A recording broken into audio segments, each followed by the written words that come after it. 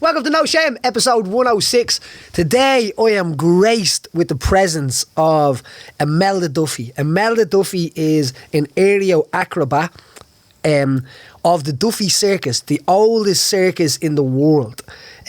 Last night when I was trying to do research on this subject, I couldn't actually find a lot of stuff. But what I did realise is that we have a lot of questions, Imelda. It's an absolute pleasure to have you here on the No Shame Couch, and I thank you for coming in. Thank you for inviting me. You're an absolute pleasure. So I have a million questions. I have to say, you are the picture of class. You know, when you even came in, the way you hold yourself, I have to say you're a class. You're how I imagined you coming in. I remember when I was talking to Christian about. I went to the circus this year, right, and I got this camaraderie between the staff and everyone. And the crazy thing is, it was a Duffy circus. So we're going to go into the conversation of what I seen at the circus as well. But going back to the heyday, what is your earliest memory of growing up in the circus? Well, my earliest memory, we had, there was three of us, and we were 1, 2 and 3 in that order. And I know this sounds ridiculous to kids today because they're not allowed out the door at 21. But we were sent, we would be in the middle of nowhere with the show in the field, and at 3, 4 and 5, I was handed a can to go and get milk from some farmer. And there wouldn't be a farm around, but we'd go wandering over the fields, and we knew we had to come home with the milk no matter where we got. So we found a cow in a field one day, and the three of us spent an hour milking it. And we came home. Imagine the kids doing that today. Amazing. You can't. 3, 4 and 5. Then 3 kids would die if they did that today of malaria. I think, you know what I mean? That's what it'd be like. That frail these days. But it was. I never realised till later on in life how wonderful it was. We used to go. And as I was saying to you earlier on, we used to look in at the people in their houses with their television and their fires and say, how do they live like that?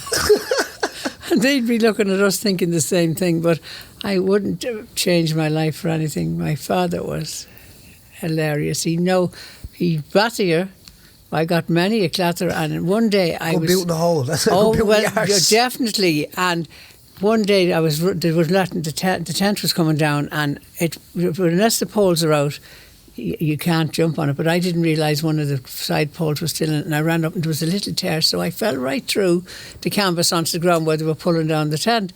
And you know, somebody else nowadays would be sending for an ambulance, but I took off running and ran into the wagon and got into bed and thinking I could pretend I wasn't. So, but I got out and clattered, and then Mammy was putting talc on the wounds.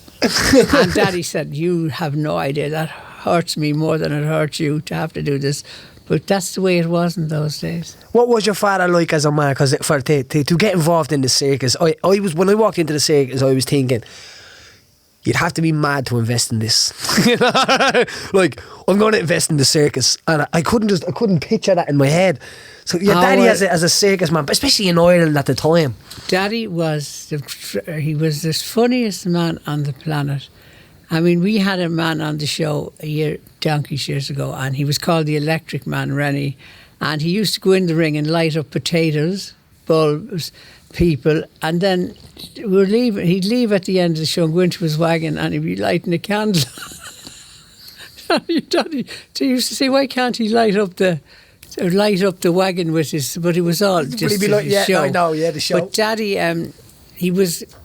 What was he? Using potatoes for electricity. I love it.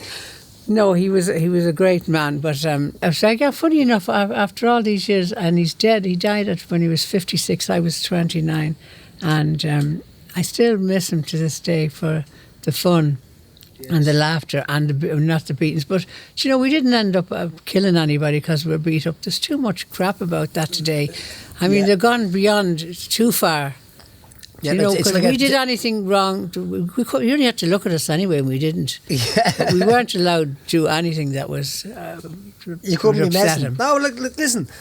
where I come from as well, you get a good boot in the arse if you know what I mean, or a clipper down the ear. Yeah. My grandfather would give you a clipper down the head, you know what I mean? And you're dead right. You only had to look at you after 2 or 3 clips, and that was it. And you didn't do it again. One time there, though, we had a girl from England called Cilla Birch. She was very posh and lovely. She wasn't a showgirl, but she did fire eating. And she came over from England, and she was in the ring, and she had glasses on. Daddy nearly collapsed. So he said, "Love, you can't wear those glasses now in the ring." And she said, "Okay." So she came on the next show and set fire to him. And, we had to put him, we rolled on the grass.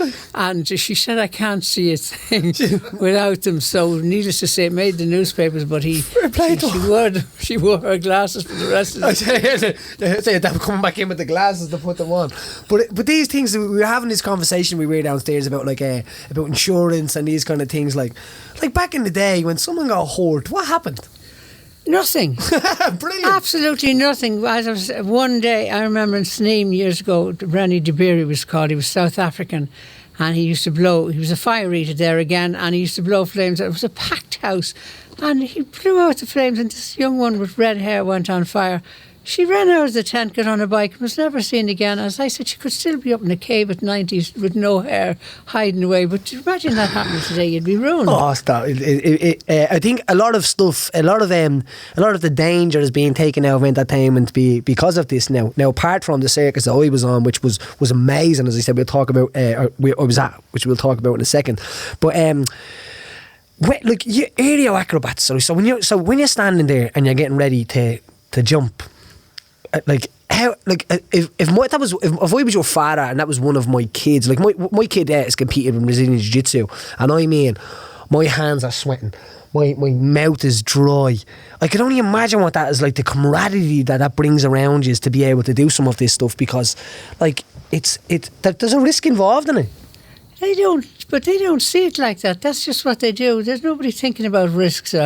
I mean, have you seen Jamie and Tom on that big wheel? I mean, that is just... I actually can't look at them when they're doing that. It's so dangerous. That's the way I would be. I would be, if I was looking at one of my sons or something like that, it would be this situation that I would have. I wouldn't be able to even watch it.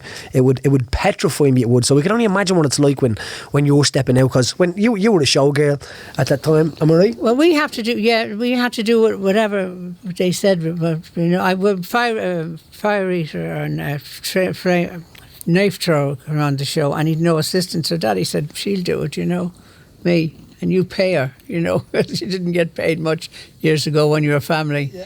And so I ended up doing a line with him, and we were going out together. But if we ever had a row, my God, the flaming knives got nearer to my hair and my face. And then I'd hand him the whip and I'd wrap it around his neck. That's the last thing you want to be doing with. So you had a bit of fun. Getting that's the way it was. It was ordinary to you, though. These things just were normal. What a time to have an argument with somebody that's just about to throw knives at you. What? Yeah, but they need you for the next show, so they're not going to do any damage. They're not going to argue too much. And any kind of mistakes around that you've seen over your years. So if you've been in the circus this long, because to me, when people are watching people on these trapeze and ropes and stuff like that, what is weird in us? There's something weird inside us that we're kind of watching to see, do they fail? We're not watching to watch them walk on a rope. We're not watching to watch them swing through the air. There's this secret thing in us that they might fail, and we're all watching and we're all... And I think that's what's captivating us. That's what keeps us watching in at this thing. How crazy is it to be part of, like, you are that show? But there again, unless something happens, you don't even think about it.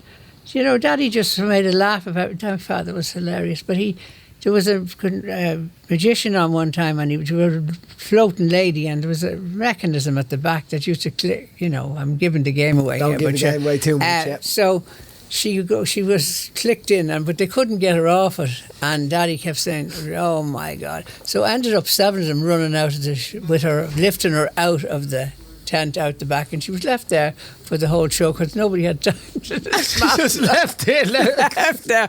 And Daddy often, if somebody was very aggravating, that come over and they were English or not, weren't responsive to what he wanted, if they did the trapeze, he'd just leave them up there for the rest of the show and get on with it.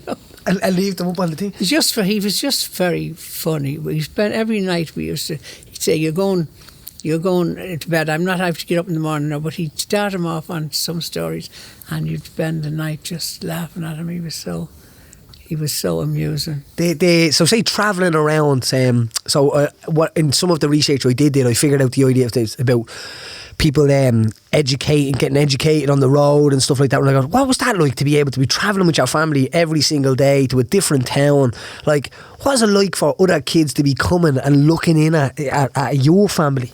Well, we didn't think about it. When we'd pull in, that wouldn't happen today now, but when we'd travel in the morning, all the kids would be looking out their bedroom windows. They'd be out the door. They'd be running after the show, and they'd come up and they'd try to give you water to get a ticket or do something. But we didn't think any more of it. But they loved hanging around with the show, and I used to bring them in and put makeup on them and do stuff. I used to love interacting with them like that. But as for education, I didn't go to school unless in the winter. Because it's 6 months on and 6 months off. 6 months on, yeah. I couldn't do that now because there's too much competition around. You couldn't possibly. And then we did an acrobatic act then, so Daddy'd have us booked into a bingo hall. We were in a hotel one time with Rose Tyne, and she was a singer, you wouldn't know her. And there was a stag do upstairs, and we were downstairs I think it was in Malahide, and they said, there was a stag do, and said, would you bring the girls up to do their act upstairs when you're finished down here? And Daddy'd never say no to the money for the act, and I said, what is it? Oh, there's stag do. But I said, what about music? Oh, we'll sort that out, the fella said. And Daddy said, well, Rose will have to come with us. She's part of the group, but she wasn't. But we guys will get paid for the two of us. We went upstairs and we're doing this acrobatic act on a table, and the fella gets out spoons and starts playing them. And we nearly fell off the table with the laughing. Imagine doing an act to a pair of spoons. But the lads paid the exact money to Dad for what we were getting downstairs. So anything, he'd have us booked in anywhere. A 2 for 1. And being an acrobat, what was that like? How was the training for that? Well, there was a couple of Swiss people on the show, and they actually was great, because we had the best time in the winter, because we'd be doing the Gaiety we spent years on all those shows on Jack Cruise and that, and we had a ball doing that in the winter. The station shows, like the shows. Yeah, and still maybe you run in the gate with Danny Cummins, or not the gate with Danny, but Queen's, and we absolutely loved it. But Daddy would book you in anywhere. You could be in a bingo hall. And then one time we had 3 barrel jumpers on the show. Now, they're big barrels, and they stand there and jump straight into them and do an act with that. Daddy thought this was great, and when they left, he said he'd got 3 barrels.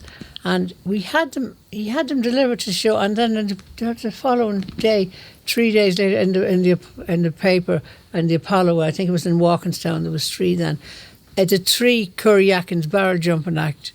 We never even tried to do it. So that's where we had to learn. We were on that stage doing that barrel jumping act. Yes, there was no questions about it, and it was very dangerous because you could cut your legs and the barrel wasn't even fixed. Can you imagine what it'd be like the danger? So booked in like the 3 Curryakins. Eli Curryakin was the man from Uncle in those days, so we took that name and booked us in, and that's who Daddy was. Who was so obviously you would have come across many interesting people, but say famous people that would have been, because the circus. I was talking to my mum last night about it, and she was explaining to me about like the day where the circus magic was real. It was still really real in there. So that would have attracted all sorts of people. Who would have been a lot of the famous people that would have came and seen this? I remember Byrne Ives in Bray. He was making the film, and he came in to see. I remember because he was stood outside and he watched the Duffys were the quickest people in the world to take down and pull down a tent. They'd have, while the show was on, they'd have the wallings loose, and they'd have the seats that weren't anyone on gone. And when the people were walking out and they'd turn around to win their car, the tent could be gone. They used to come over from foreign countries and everywhere just to see the Duffys pull down, because it was a magic. It just disappeared. The tent would disappear. And who would have been some of the people that would have came to see some interesting people? Well, at the moment now, at the top of my head, we never thought about them as being interesting, because they were just people. They weren't in the circus. Well, we interesting people. We were driving around with the interesting people. What about Eric Clapton? Sean Connery. Oh no, that was they did a documentary for John Huston, and he did it. It was televised. It's on television, and Sean Connery and they all worked in. They did an act in the show for Huston for charity. Paddy. But yeah, no, it was a great life. I didn't really appreciate it till I left it.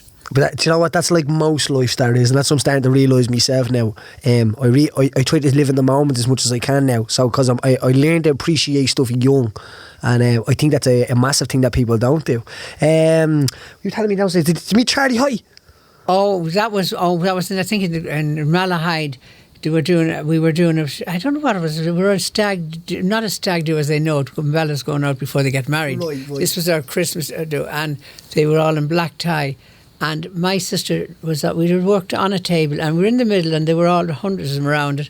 And she was doing a trick, but she put a glass of wine, meant to be, on her hand, and she did a bend over and ran around her hand. Now, it was cold tea.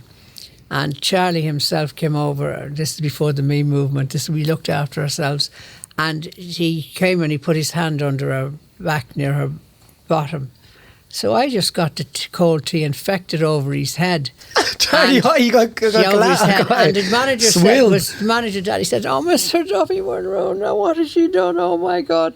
But whatever happened, we were invited back the following year to the act again. So that's how it worked then. If somebody annoyed you or did that, you just dealt with it then, and that was it. You didn't need a psychiatrist 20 years' time because you were... I love you, Imelda. I have to say, I love your attitude. Guys like Charlie Hottie getting away with nothing with you. I love that, you know what I mean? But what do you do today? What? Well, they all froze. All right. And then when they started laughing, then he started laughing, they all laughed with him. But not that I give a damn about him laughing, but I mean, that's the way it worked. Daddy wasn't going to turn down the money the following year for to do it again.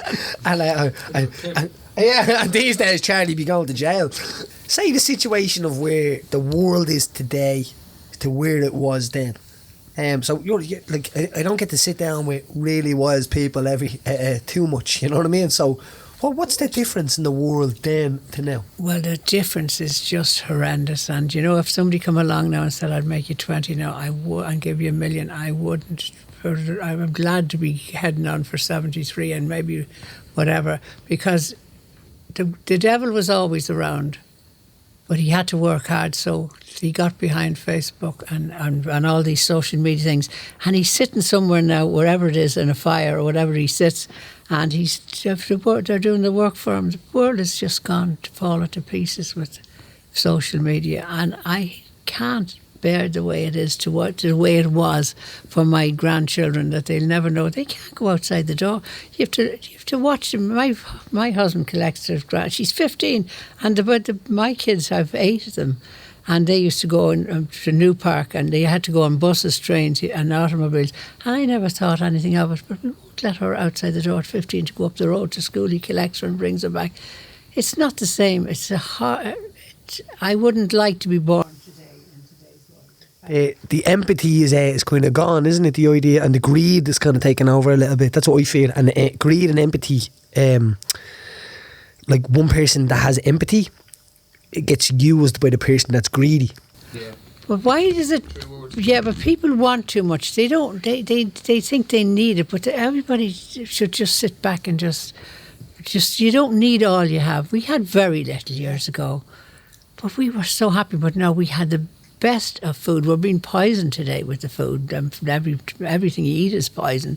So today we would pull into a town and we'd be in farmer's field, and you'd go in and she'd have us in because we were kids, and I remember big wooden tables all down in the middle from cleaning them, and she'd throw out a big pot of floury potatoes, homemade butter and a bit of buttermilk, and you'd sit there and eat, and that was magic. And then you get everything, but that was all organic without, today everything you eat is poisoned. I really am very passionate about the way we're poisoned with all these cleaning products. A bit of vinegar and water, and that'll do more without poisoning you than all them. As for that, I can't mention the name case or something, but some of them things they advertise, they have to wear gas masks while they're doing them, and you can't see them in the background. It's just the products are just poisonous, and we're being poisoned. I remember going to my grandmother's and I would smell that. I would smell the vinegar, and she'd mop the floor with the vinegar, and it smelled fresh. You know and she'd do the windows, Absolutely. and you can sterilise the children. toilet. But everybody, They're all getting scrubbed with vinegar. But that's too easy. And Lifebuoy soap. Lifebuoy soap. Oh, the way I have a good one about Vim. Right. We used to have Vim. You know the powder Vim. Right. It's horrible. It's now really horrendous stuff. When we opened the show on the Thai one year in Easter, we used to pull out on Easter Sunday, and Daddy, I had bought now I was 17 years old, and I got a thing called a hint of a tint. It was 1 and 6pence to buy. That's what I'll tell you now. And I put it in my hair. It was a bit of blonde, and it didn't show very well. Now I had it in about 3 weeks, but I was standing. He came in during the interval of the show to wash his hands and have a cup of tea, and the skylight, there was a sun came through the skylight, and it hit my hair, and he turned around and he looked and he said, "Oh, good God, what is... Oh, mother, woman, have you seen this one? I'm in the circus now, and this... Oh, my God, she's going to end up the back." Oh, and he got a hold of me where the water was in the basin, put my head in it, threw all the Vim over it, pushed it in, realised the people were waiting for the show to start again, ran out, and we were on the next act. But he didn't, there wasn't a cold thing as, "Well, wait, we'll put someone on before her." I went on with a Vim head full of Vim and I streamed to do an act smiling at the people. And that was perfectly, that's acceptable to do that. And you just go for that at that time. Well, At that time, you I just had to go go for in. it. Imelda said I had to go in. There was no such thing as get the Vim out, He just went mad because he thought I was going to go astray with a bit of colour in my hair. And you had to take the lipstick off when you came out of the ring. So there was no dyeing, you weren't allowed to have lipstick or not dyed hair. Oh, you weren't allowed to have... Oh, no. And anyone asked you to go out at 70, or go to a dance, you'd have your arm tied around the back of your... And if you'd nearly kill you for the mask, and you. No, he was very strict, but looking back on it, we often talk, my sister and I, and get together, and we just laugh so much about the stuff that people find horrific today. Do you know, living. Yeah, Life was better.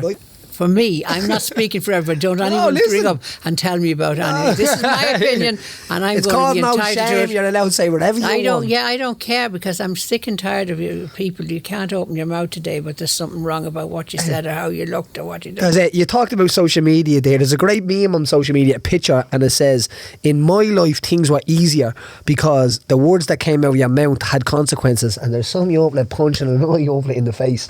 You know what I mean? And when I was a kid, it was the same. The other night, right, I got to you mentioned social media and the idea of people just so changed from it, like Jeffrey sitting there on the side. But I was in Mountjoy, right, the other night, and I was at a choir in Mountjoy, so I got invited into a choir where there was guys that were doing life. There was a guy there that was doing 24 years.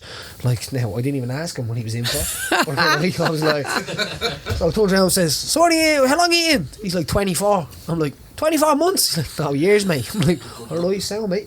You know what I mean? Lovely guy though, absolutely amazing. But they were in a choir, and I have to say it was amazing. I was around people that had been in a place that didn't know anything about social media. Wow. Some of them were there for 9 years, some of them were there for 10 years, 24 years, and it's like they didn't know anything about social media. There was one phone, because at the end of it, right, they donated a check or something like this, and the guy goes, "Right, get a photo." And it's like everyone's laughing at each other because there's no phones. And the governor gets up, right, so he's like, "I'm the only one with a phone in here." And he's like, "Well, I hope so." Do you know what I mean? So there's only one phone in the whole prison, and I was saying I hadn't got my phone on for the whole show because you had to check it in and all. Yeah. And I was like, "This is great. I'm having a great time here. I'm in Mountjoy, but I'm having a great time." And the people I was talking to, the guys and stuff like that, and the idea, like, they just weren't taking their phone out. They weren't distracted by it. You could tell that they were actually, their head was together. They were able to have a conversation. And I was saying, maybe the people that were going to have to come back for it are the people in jail after a while. Yeah. The people who are going to have to come back for it are not that are not corrupted by all these social media things. The world will be ending because of social media, and we'll have to break out all the prisoners to save us because they're the only ones that don't have social media. I'm not too sure about that now, what you read in the papers do. But no, I just hate it because I've often had five grandchildren in, and they'd be texting each other from across the sofa. They wouldn't even bother. I just find it horrific. They spend 24 hours a day on phones. It's crazy, Imelda, isn't it? Someone's father, your father, could turn around and say, I'm in the market for an elephant. There's not a lot of fathers that can say these things, and no one would bat an eyelid. Do you know, I have to tell you this one funny story again. We were in the north one day, and I don't give one of the eggs of it from the zoo died. I don't know if it was a lizard or what. But Daddy said, we'll sort something out. He was so... And there was a stream at the end of the field with tadpoles in it. And Daddy said, go down and get me a bucket of them. And that next night, only him could do this. And he said, just don't forget now before you go in back and see the Tasmanian tadpoles. And he sold them. And there they were, after passing them to go into the show. Going in the back to pay the Tasmanian tadpoles. Tasmanian tadpoles, yeah. Brilliant. That is a marketing genius. That's what that is, Imelda, a marketing genius. No, if you said that, no, you couldn't do anything like that. Now you'd be... And then there was another... Well, this is my favourite. And I have a tape of a friend of mine years ago. I didn't know him then, but he taped a show on Nice. Not a tape, one of them for devices, for just device. And Daddy's on it, but we had this for electric man. Did I say this already?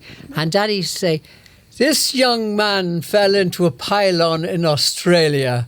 Now, how in the fuck do you fall into a pylon anywhere? Especially Australia when they're on the middle of nowhere. Yeah. Fell into a pylon, and since then he can light up everything that he's put his hand on.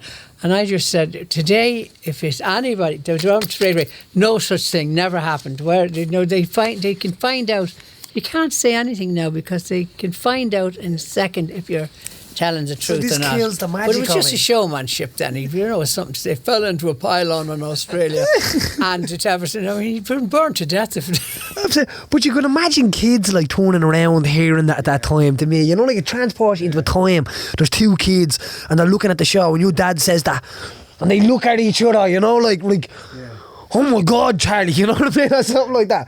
And like the magic, there's this magic that's involved with the circus. And when I was there the other night, I felt it. I really did. I could feel the idea of, as I said, the camaraderie and the stuff that was going on. So the idea with the animals. So obviously animals have been taken out of the circus, a huge part of it. But back in the day, animals were a part of the circus. Well, animals were part of our lives because we had a dog, Rusty. She must have been about 18 years old, and she belonged to the whole show, but she was only a mongrel, but she hated the horses, and my mum used to throw out the peelings and the vegetables and horses to the horses as well, and she could sit on them for the whole day on those peelings until those horses were packed away for the night so they wouldn't get them. But she'd come into all, and the day she had to be put down, and that was the day they closed the show down for the day because Swiss people we had on the show took her to the vet so they could put her down because nobody else could do it. And the whole show just sobbed all day, and they didn't even show because of the dog. Like, I don't want to get into this animal thing because sometimes it drives me mad. People going to the extremities does my head in.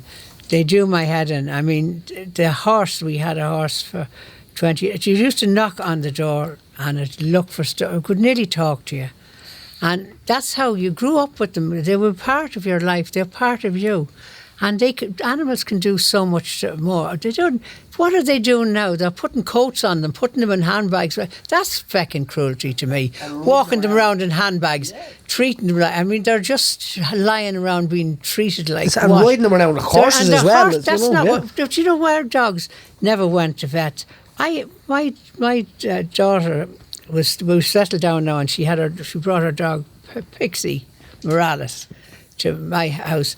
And do you know, it was at the vet a few times, and then I got a card from one day into the door, to Miss Pixie Morales, it's time you came in for your... I said, excuse me?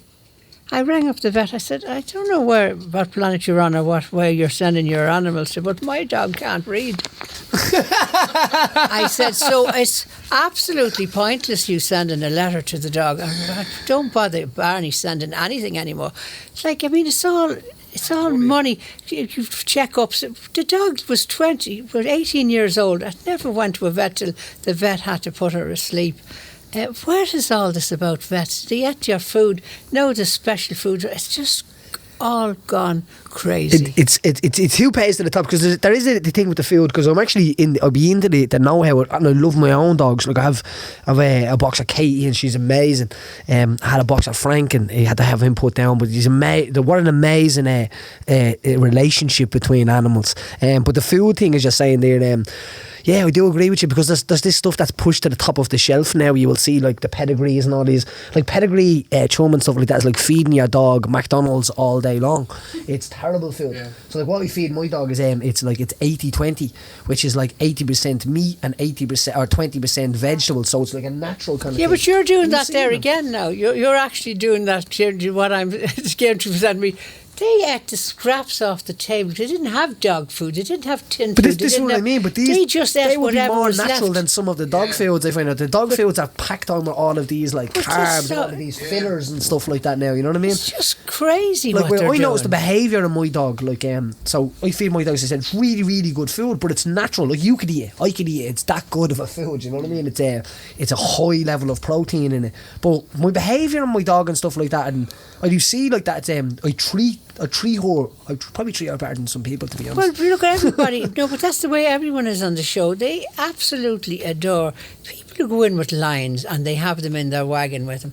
They don't. They have to be loved them and treat them like that for them not to be eaten alive at the start. There's people in Switzerland and they're getting a fortune from all these people leaving money to the cats and dogs and they're just they're fueling these people who don't know anything about anything, and they're coming along protesting. But they don't even know what they're protesting about. Do you know what I mean? I mean, the people on the circus, and this just really infuriates me, have animals. God, they love them. They adore them. You can see that relationship. There's always going to be somebody who doesn't. I'm not saying that who doesn't, but there's somebody everywhere. I mean, I've seen people who don't, in next doors or different houses, they don't always look after the animals the way you'd like. No, when you're right. Like I could imagine, like the other night when I said when I was there, a lion tamer bringing a lion out into like a room full of people and like and being able to control, manage that situation, like I could imagine being in a room like that with something so powerful that, you know what I mean, and being able to watch somebody walking around. Have you been in a situation where you've seen this happen in live? Yeah, unfortunately, the lion tamer was killed years ago in Ballymun. If you remember, that was on my brother-in-law's circus. No, and he was a lovely man. He was from Chipperfield's, and he just got him, and when he wasn't, it's just one of those things because it's going to happen anywhere. Yeah, but it happens. Steve Irwin, it was one of the biggest things in the world, and it happens. You know, he would have been putting himself in many dangerous situations. One of the most qualified, and unfortunately lost his life in dealing with animals. But when you're dealing with animals, there is this risk. There's this risk with the trapeze, with everything. Sure, I mean, dogs often turn. I mean, dogs can turn on you. I don't trust it like with babies. You know, I've had a few grandchildren, and I'm always saying, don't care if the dog sleeps with its granny and it loves them. I don't go near them. You can't be sure. You can't be sure. Of any. What was this situation? I didn't know about this, to be honest. The Ballymun, if you don't mind talking about it. Well, that's. I don't know the situation. Many years ago that is now. Cyril Cusack was a friend of mine. He came out to introduce the show. They had this was a charity one they had for after the Gordon House was killed. But he just was rehearsing with them, and he just happened to turn his back, and to wild animals, they see a chance. Especially turning your back. So I wasn't there, thank God, at the time, but I went over that day, and it was just unfortunate. But accidents happen. There was somebody killed on the loose this morning. Or was there? 3 o'clock this morning. Everywhere around the world there's someone. But so for the amount of risks that people take on circuses, very few things happen. I say this all the time. Absolutely, yeah. I say this all the time. I say it because the sport of mixed martial arts, people would be like, "Oh, how did you do that? That's crazy!" Like fighting a lad, and I'm like, people climb Everest. Like, there's a good chance you're not going to make it if you're going to climb Everest. You know, like it's like, and people do these things because it's the human part in us. You know, like if you're climbing Everest, you're going to walk past people that have died and that are still there, and they all the time. And they haven't even decomposed, so like they'd be exactly how they died because of the cold and stuff. Now, I only found that out. Like we had Damien Brown on, which is like he's going to climb Everest now. He rode across the Atlantic Ocean on his own, single-handedly, and all. Just one of these dudes that's just like, tell us a bit more, Damien. You know, because he knows what he's talking about and he knows how to go deep in themselves. But as I said, I was fascinated about at the idea of like being at your family circus and watching this going on. The two brothers that two brothers, am I right in saying it? Tom and Jamie. So this ring comes out. It's a big we'll try to get a picture of it and put it in here what I'm talking about. These two circles are right and they rotate, they do, right? Now I'm not messing. These people are what, 50, 60 feet in the air going and standing on his shoulders. And on top of each other, and the rings are round, and what they're doing is I know a lot about momentum because of Brazilian Jiu-Jitsu and wrestling and stuff like that, how to build momentum, and you can see exactly how they're doing it. It's like the sticky wall in a situation. They're stuck to the rings, but one step out line, am I right? Just one, Annie. They're not stuck to it. You don't think they have magnets on their feet. That's what people think. But they have a brilliant show though, and they work very hard to keep the standard the way it is. And David and my uncle, there was 7 brothers years ago, Duffy brothers, 7 of them. And you know, when I think about the way we used to live, we had our breakfast in the morning, then we had afternoon tea, then we had lunch, we had our dinner, then we had our tea, then we had our supper. All we ever seem to do is eat. Nobody eats like that now. Oh, no. I wish I did. No, I know you really wouldn't. And doing all that martial arts. I could do it, I tell you. Who was the biggest clown out of everybody? My uncle was the best Uncle Johnny. He was the most famous clown in Ireland. John, he was hilarious.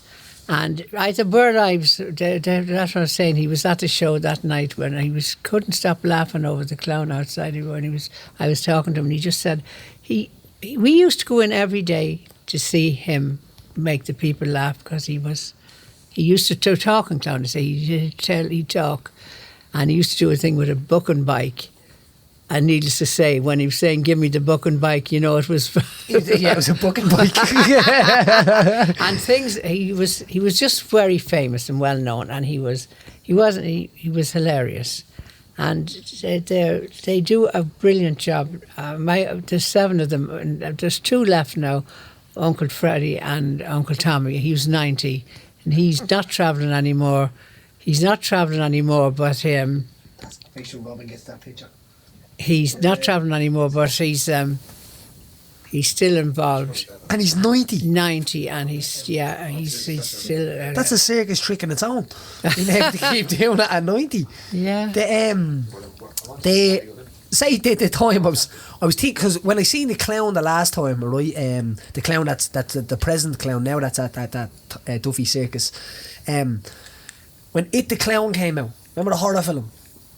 Was that kind of like... Oh God, I couldn't bear that. Was that kind of like a kick in the goonies or something like that for the circus crowds? Because the clown was so amazing, like such a centerpiece. No, but there's a name for them. The kids. There are kids who are afraid of clowns to this day. Nothing to do with it. But when that was on one night in my house, with 4 of my kids with me, and a couple of them upstairs, babies asleep, because I have 8 children, and that came on, and I was watching it, and the electricity went all over Tala. So do you know what I did? I was so scared. I put the fire. We had an open fire, and I put our school shoes on the fire to keep it going. To keep it going, in case So that's the effect that had on me. I wouldn't watch that now. I don't like that horror of. Is that why the clowns are a little bit more human now? Would you think? Because I was a little bit shocked at the clown. Not shocked, but I was like. The clown, he had like really good gelled hair. That's David, yeah. Yeah, red nose. No, did a great job, amazing job. But he was a lot more kind of approachable clown, you know what I mean? You know, he's more to everything's moving on, and the kids today they have to see that everything has to be new for them. You know, because everything is, social media makes everything has to be young, he has to be topical, has to do stuff that's relevant to today. This is what I want to kind of elaborate on, the idea of like to be able to change with the times like that, but not just the times of like technology, But the ideas of the change of the entertainment, what is funny, what's allowed to be funny, what's not allowed to be funny these days. Like, I reckon if a clown hits somebody with a pie these days in the crowd, they'd sue them. Oh, you could, they'd sue you for anything, but you know, that's why you have to be careful. But it's produced so well and done. I mean, I'm not just blowing me out, but it is an exceptionally fabulous show. And for the money that they pay, when you think they're going to these concerts and they're paying 100 and to pay money that they pay for, that's live entertainment where people could actually lose their lives. Now it's their own, up to them. But it's just the cheapest form of good entertainment. And the Greatest Showman did a good boost for the show. Amazing. Hugh Jackman is amazing. I just love him. Have you seen the film? Oh, did I see the film? I just love him. I think he's fantastic. And I've read all the stories about Barnum and Bailey. Anyway, I read the stories. Would you have been told these tales as a young girl? Oh no, not those tales I couldn't repeat. No, we were told tales about what they got away with years ago. Daddy used to tell us about these show people when we were very young. We were only babies. They'd come into town on him, and they'd a week before they'd come, they'd have he's coming on the posters all around the town. He's coming, and then the next thing he's here, and then these two scoundrels, whoever they were, they got the local fella that does all this minding halls and things, and then they got the money for the show, and then they'd say at about 8:10, just all pull the curtain, and then we'd hear Daddy said the motorbike revving up out the back, and the two of them gone, and they'd open the curtain, and there's a big sign, he's gone. Oh, but I thought that, but see, if that happened to me, I'd collapse. I was so entertained, I'd die laughing over that. You would accept he's coming, he's here, and he's gone. And Daddy tell you these stories, and you just crack up laughing. And we used to listen to Bush at bedtime on the radio because we didn't have telly. And Daddy was a boxing fanatic. Oh my God! And when he's pulling down the tent, I'd have to walk around with a transistor radio on my shoulder in the rain while he was pulling up the canvas, so he could hear the fight going, whatever was going on. It was Ali or somebody listening. And Lugs Brannigan. He loved Lugs when he used to go to the boxing ring, in town. Yeah. And the only time in his life that he ever left the show, because it was like getting a thing from the Pope to get away, he went to see Muhammad Ali when he was over here. Oh, amazing. That was, and I still have the tickets. Amazing. That was the highlight of his life, going to see Muhammad Ali. Was that in the Phoenix Park, was it? Yeah, it was. Yeah, Crow Park. But to him, Daddy, he never left the show for anything. I mean, you were taken away, and I had chicken pox when I was 21, and I was so ill, but I still had to go in and do the show. And then I was downtown. Granny said, "Don't let her down there. She's got all that. We'll ruin the business. They won't come." But nothing stopped the show going on, and you were never sick. That's why I never take illness serious today, because you were never allowed to be sick. But Daddy went for the only time in his life that I remember, went up to Dublin to see Muhammad Ali, and it was a highlight of his life. He was obsessed with boxing. I only went with him once to the stadium, and he beat me. I was battering. I don't know who was on, but being a woman, I was only upset about the one that was hurt. Yeah. Because and Lugs Brannigan was doing the refereeing then, and I never went back with him again. I couldn't stand it. It was kind of more brutal years ago, I think. Oh, well, boxing was tough. Because it was blood, like you'd been battered, and I didn't see the merit in it. But Daddy that was it. He got to see Muhammad Ali, and as I say, I still have the tickets. That's a tough game, and especially back in them times, it was tough. You fought for glory and pride a lot rather than checks, because the checks definitely you never got money. You never got paid, probably. You know what I mean? No. Sometimes, but it's do you know what? It's been an absolute pleasure to sit here and talk to you. Well, do you know what? I haven't met you before, but it's lovely meeting you, and I love what you're working for and what you're aiming for, and I hope you keep like that. I hope you'd ever get disillusioned. You can never change. It's just not in me, you know what I mean? My mother would let me. I still got a boot in the arse. That was episode 106. Absolute pleasure to sit here and talk to this wise woman. Thank you for letting me pick your brain, and I really appreciate it. I do advise you, go and watch the Duffy Circus. It's absolutely amazing. They do a laser show in it. The wheel show that we're at the being talking about was incredible. And listen, I don't even do justice me there selling it, but it's an absolute amazing show, and if you get a chance, you'll be very lucky to go with it. Look after yourself.